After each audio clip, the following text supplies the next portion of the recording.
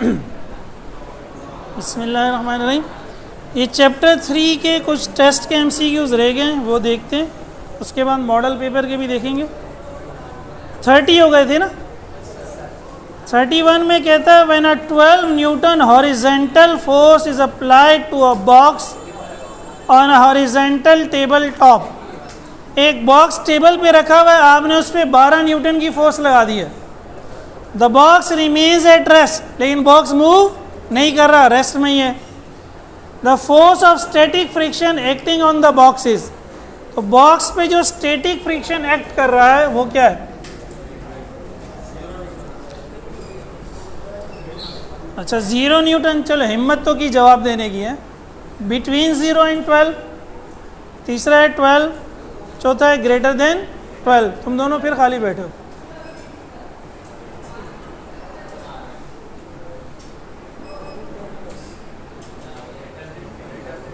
हैं?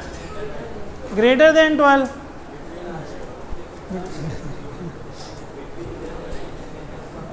चलो मैं ऑप्शन आंसर लिख देता हूँ, आप सोचो क्यों।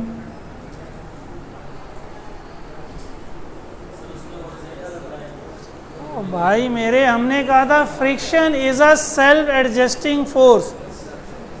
जब हम किसी ऑब्जेक्ट पे फोर्स लगाते हैं, जितनी फोर्स हम लगाते हैं उतनी फ्रिक्शन होती है। आप ये कह रहे हो ये मैंने फोर्स लगाई 12 न्यूटन, फ्रिक्शन इसको अपोज करेगा, फ्रिक्शन की डायरेक्शन ये होगी। अगर तो फ्रिक्शन 0 न्यूटन है तो फोर्स फ्रिक्शन से ज़्यादा होगी, बॉडी यहाँ मूव करने लग जाएगी। वो कह रहा है बॉडी मूव नहीं कर रही, बॉडी मूव। अगर फ्रिक्शन 12 से ज़्यादा हो गई, कितनी हो गई? 13 हो गई, 20 हो गई, तब तो फ्रिक्शन ज़्यादा है। अब तो बॉडी को फ्रिक्शन की डायरेक्शन में चला जाना चाहिए। सही है? ये तो क्या मज़ेदार बात हो गई। आप यूँ करोगे बॉडी इधर आएगी, क्योंकि फ्रिक्शन आपकी फोर्स से, स्टैटिक फ्रिक्शन कभी भी आपकी अप्लाइड फोर्स से ज़्यादा नहीं होती। जैसे जैसे आप फोर्स बढ़ाओगे, आप कहोगे 1 न्यूटन, फ्रिक्शन कहेगी मैं भी 1 न्यूटन। आप कहोगे 2 न्यूटन, फ्रिक्शन कहेगी मैं भी। आप कहोगे 10 न्यूटन, हाँ मैं भी 10 न्यूटन। आपने कहा 12 न्यूटन, फ्रिक्शन ने भी कहा 12 न्यूटन। जब तक बॉडी मूव नहीं करती, जब बॉडी मूव करने लगती है तो फ्रिक्शन की वैल्यू बढ़ना रुक जाती है, आपकी फोर्स ज़्यादा हो जाती है, इसलिए बॉडी मूव। सही है भाई, समझ में आया? Friction is a self adjusting force, static friction is a self adjusting force. 32 में कहता है block is sliding on a surface, block एक सरफेस पे फिसल रहा है। Weight of the block is double, अगर हमने वेट डबल कर दिया, रेजिस्टिव फोर्स क्या होगी? रेजिस्टिव फोर्स वही बात है, फ्रिक्शन है। कल भी बताया था फ्रिक्शन का फॉर्मूला क्या था? Mu R. फ्रिक्शन आर पे डिपेंड कर रहा है और म्यू पर। आपने क्या किया? आपने वेट डबल कर दिया, वेट डबल कर दिया। याद है जब बॉडी टेबल पे पड़ी होगी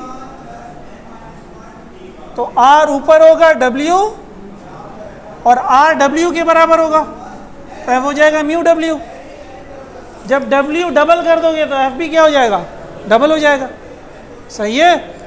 तो वेट को डबल करने से रेजिस्टिव फोर्स भी क्या हो जाएगी? डबल हो जाएगी। पहला ऑप्शन बी डबल। ये 31 है। 32 में कहता है, 33 में a force of 40 newton is needed to set a 10 kilogram steel box moving across a wooden floor. वही बात है, 40 न्यूटन की फोर्स चाहिए 10 किलोग्राम बॉक्स को मूव करने के लिए। तो स्टैटिक फ्रिक्शन की वैल्यू क्या होगी? Coefficient of static friction mu, coefficient of static friction mu. यहाँ से देखो म्यू क्या हो जाएगा? F upon W. अभी मैंने बताया था जितनी आप फोर्स बढ़ाते हो फ्रिक्शन भी उतनी ही बढ़ती है। वो कह रहे हैं 40 न्यूटन चाहिए कम से कम, तो इसका मतलब है 40 न्यूटन तक आपकी फोर्स और फ्रिक्शन क्या थी? बराबर। तो फोर्स क्या हो गई आपकी? फ्रिक्शन, फ्रिक्शन क्या हो गई जो आपकी फोर्स थी? डब्ल्यू क्या होता है? M G.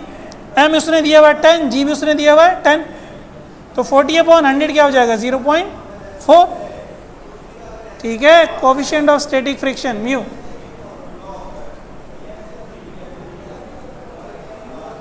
थर्टी फोर में कहता है अ force of 12 Newton x for 5 second and a mass of 2 kilogram, find the change in momentum. ये भी कल देखा था, फोर्स बराबर होता है delta P upon T. Delta P क्या है? Change in momentum. Change in momentum निकालना है, टी यहाँ मल्टीप्लाई हो जाएगा। एफ की वैल्यू आपको दी हुई है 12, टी दिया हुआ है 5, आंसर क्या हो गया 60।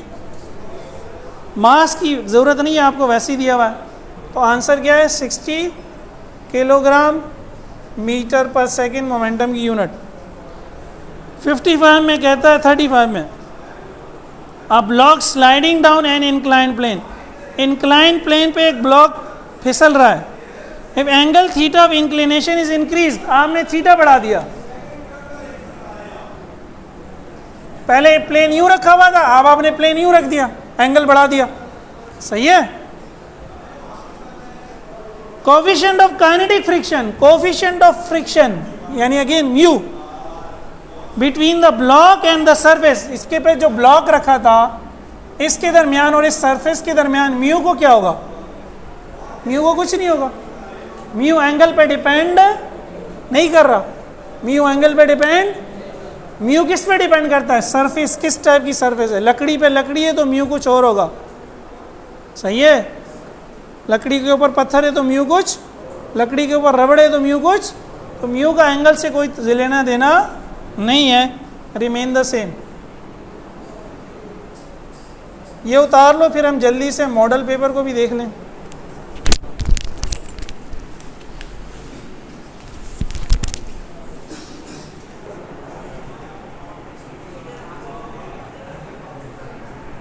मॉडल पेपर में जो एमसीक्यूज हैं सामने,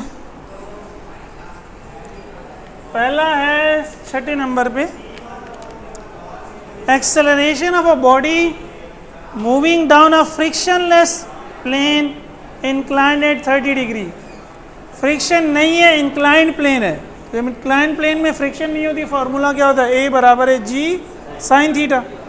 जी 9.8, थीटा 30, मल्टीप्लाई किया 4.9। आगे है 10वां, वो मैंने इधर लिख दिया, भूल गया था मैं। 1-10 the laws of motion in the presence of constant acceleration are given by. Laws of motion किसने दिए थे?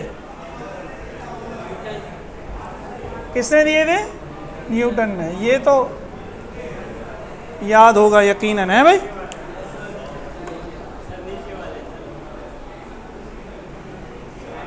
हाँ,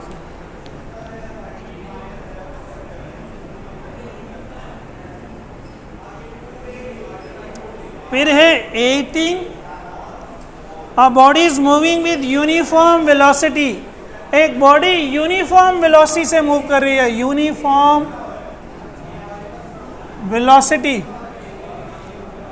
वेलोसिटी क्या है? वेक्टर।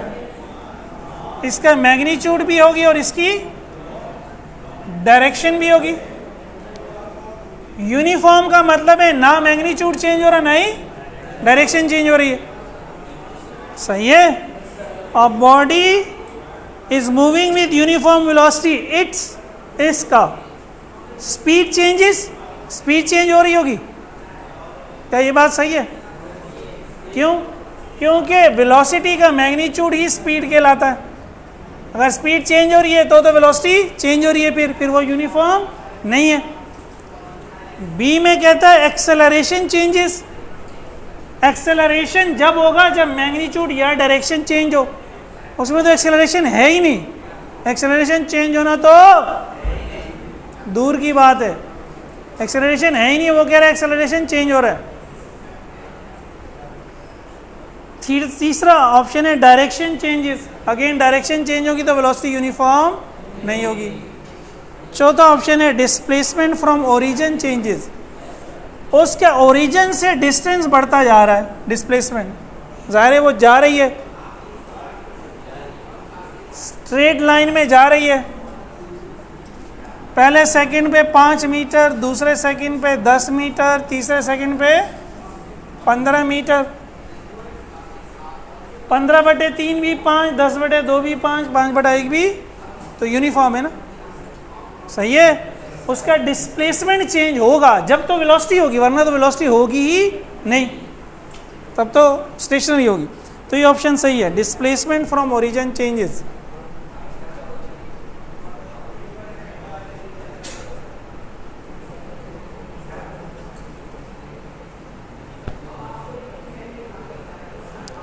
अगला है 19, ड्यूरिंग लॉन्ग जंप, लंबी छलांग जब मारते हैं आप, athlete runs before taking the jump, तो जो एथलीट होता है वो छलांग लगाने से पहले जंप लगाता और दौड़ता है। बाय डूइंग सो, मैंने कहा था आप क्या एज्यूम करें कि आप ही वो एथलीट हैं, दुनिया के मशहूर तरीन, आंखें बंद करके लोग चीख रहे हैं शेर यार शेर यार, शेर यार दौड़ता हुआ आ रहा है, ठीक है। तो आप क्या करते हैं, क्यों दौड़ते हैं? पागल कुत्ते ने नहीं काटा होता, कोई वजह होती है ना। उसने अब 4 ऑप्शन दिए हैं, कौन सा सही है? आप चाहते हैं कि इनर्शिया बढ़ जाए, आपका लार्ज इनर्शिया कम हो जाए, मोमेंटम कम हो जाए, मोमेंटम बढ़ जाए, क्या बढ़ जाए? इनर्शिया। इनर्शिया क्या होता है? वो तो चेंज को अपोज करने को इनर्शिया कहते हैं। आपकी बॉडी का कोई ना कोई मास है 40-50 केजी। जब आप स्टेट ऑफ रेस्ट में होंगे तो वेलोसिटी क्या होगी? 0। मोमेंटम क्या होता है? मास मल्टीप्लाई बाय, जब आप रेस्ट में तो मोमेंटम 0 है। आप चल के अगर छलांग मारेंगे तो दूर जाएंगे, या दौड़ के छलांग मारेंगे तो दूर जाएंगे, और खड़े होकर दूर जाएंगे या चल के दूर जाएंगे? तो दौड़ इसीलिए हो रहे होते हैं कि दूर जाएं। जब आप दौड़ते हैं तो आपकी वेलोसिटी बढ़ जाती है, वेलोसिटी बढ़ती है तो मोमेंटम भी बढ़ जाता है। मास और वेलोसिटी, मोमेंटम का दूसरा नाम था क्वांटिटी ऑफ मोशन। आप अपनी क्वांटिटी ऑफ मोशन बढ़ाते हैं।